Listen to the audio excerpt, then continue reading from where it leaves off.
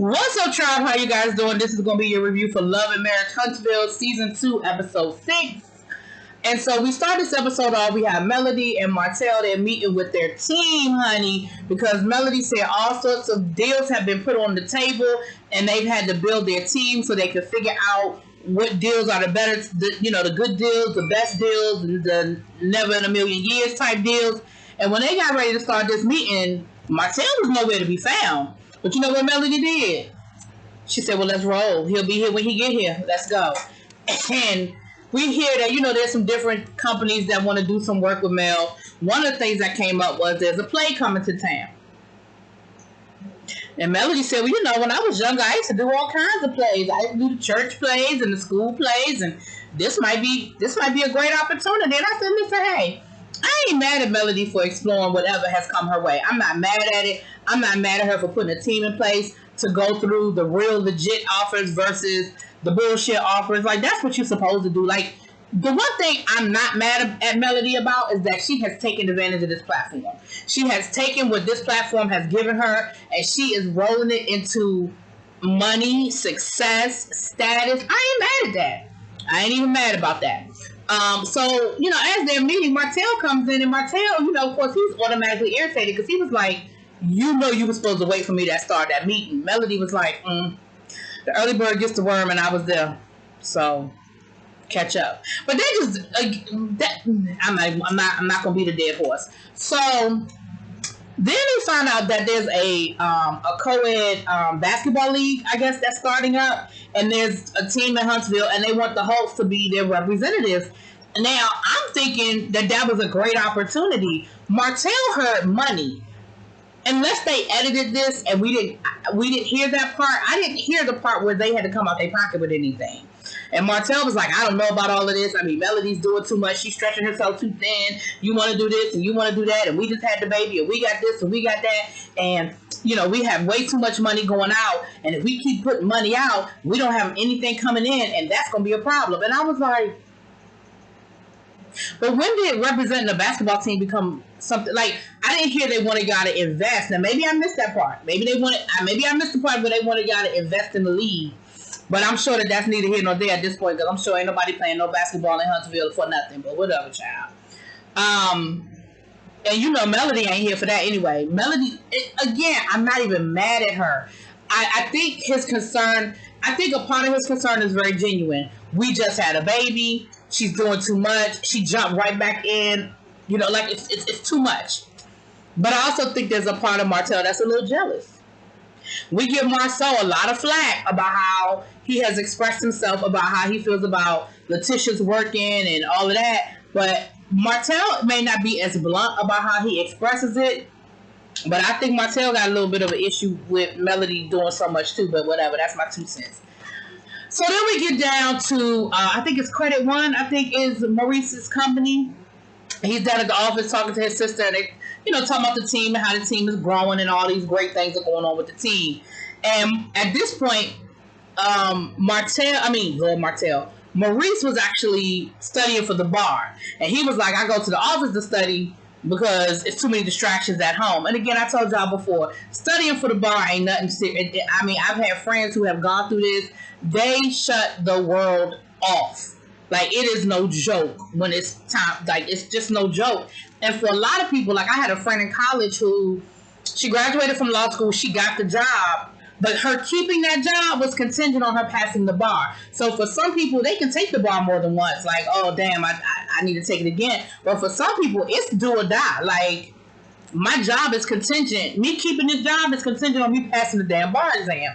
So even though in Maurice's case, I don't think it was quite that dire, who wants to take it more than once? Like, who wants to be that person? So then they get to talking about this job situation again. And I guess they agreed that Kimmy would quit her job. So Kimmy said when she went to go put her letter of resignation in, she said that her boss was like, yeah, no, I don't accept her resignation. Now, I didn't know they could do that. I mean, I guess in theory they can say no, but in all reality, you can't stop somebody from quitting a job. So Kimmy said that she had a conversation with her boss and they agreed on a 6-month window. That in 6 months, that would be it. And that would give everybody time to transition. Now let me say this. They didn't say this, but I'm wondering when this took place. We know that they had to shut down filming because of coronavirus. We know that they didn't really finish everything they wanted to finish. And we also know that the healthcare industry knew how dire this coronavirus situation was before we really knew or understood it. So even if this was like November, December, the coronavirus was already an issue in Europe, in Asia, and it was spreading to Europe.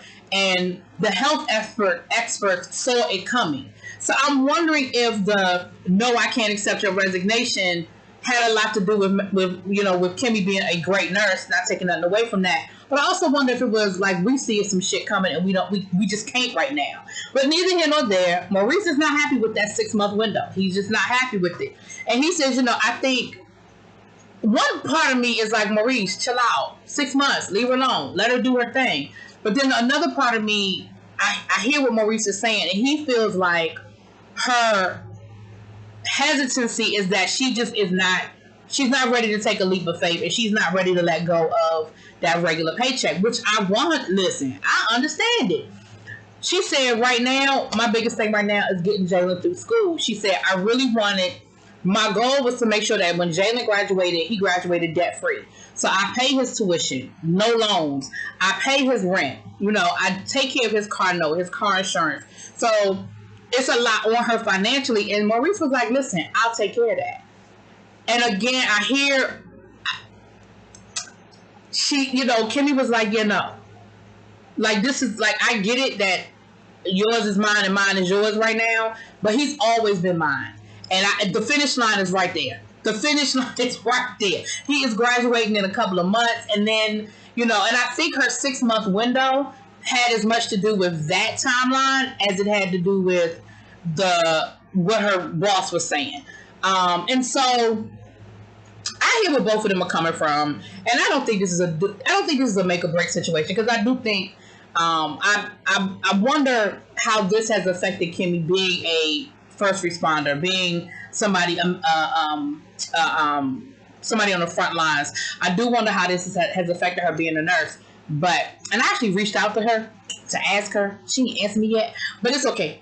But I was just curious about that, where she is now with all of this. But anyway, I'm sure maybe if we have a reunion, we'll find out. Miss Wanda. So Latisha takes Miss Wanda out to get her hair done and stuff, and she takes it to her stylist. And at first, Latisha was like, Miss Wanda was like, I don't know, because I don't just let anybody in my hair, and I don't know you like that. Well, first of all, they said this was Latisha hairstylist. If you know Latisha, you know her hair. Child, you know her. But she let the woman do her hair. And Latisha took this as an opportunity to talk to her mother and tell her mother, you're doing too much and I need you to chill out. And her mother was like, whatever, you my child. And when I feel like somebody doing you wrong, and if I feel like you ain't defending yourself, then I'm going to defend you. I'm going to defend it for you. And I heard both sides of the story. I heard both sides again. But I think Miss Wanda, I think you need to defer to your daughter. Your daughter said, I got this. Like, I appreciate you having my back, and thank you for always having my back, but I got this. And I think at a certain point, you have to respect what your child is saying to you, that she got this. I think you have to respect that. Then they got to talking about Kimmy.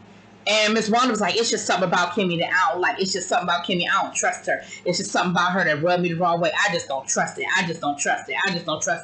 Again, first of all, unless there's something going on that we don't know about, what has Kimmy ever done to make you feel like she was untrustworthy?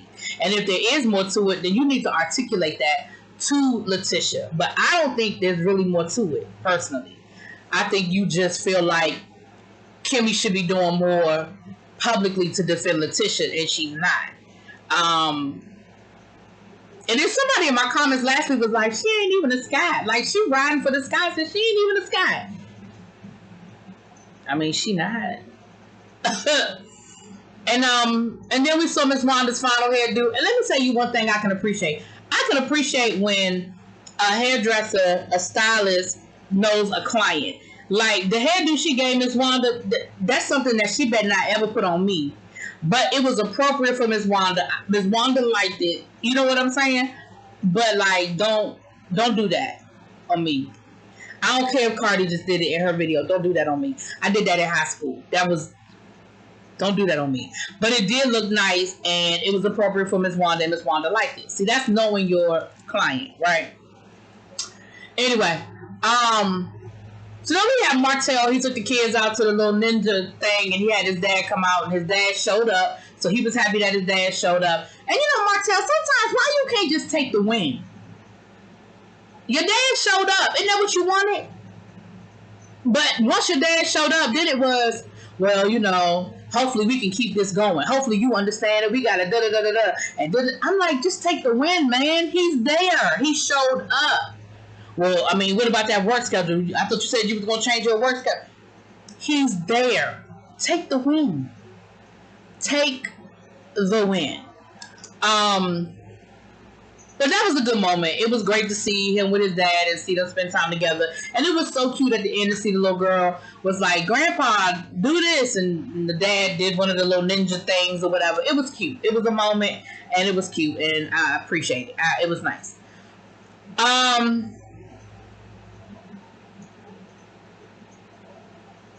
Did we see Melody meet with the playwright about this play?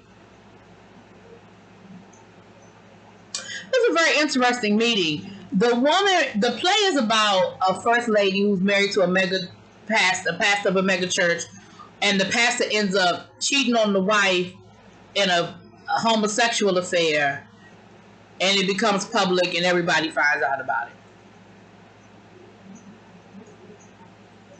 And there's some cursing and stuff, and she's lesbian, bisexual, asexual. She called herself an AB lesbian. It was an interesting conversation. I don't know whatever happened with the play, because again, you know, the Rona, you know, the whole thing might have got shut down, but it definitely would have been. I could see Melody playing a first lady whose husband cheated on her. Like, I don't think, and Melody talk about something. It'll be so great. I haven't acted this so long, and I was sitting here like, girl, you act every week on this show. You acted every week. Because this ain't...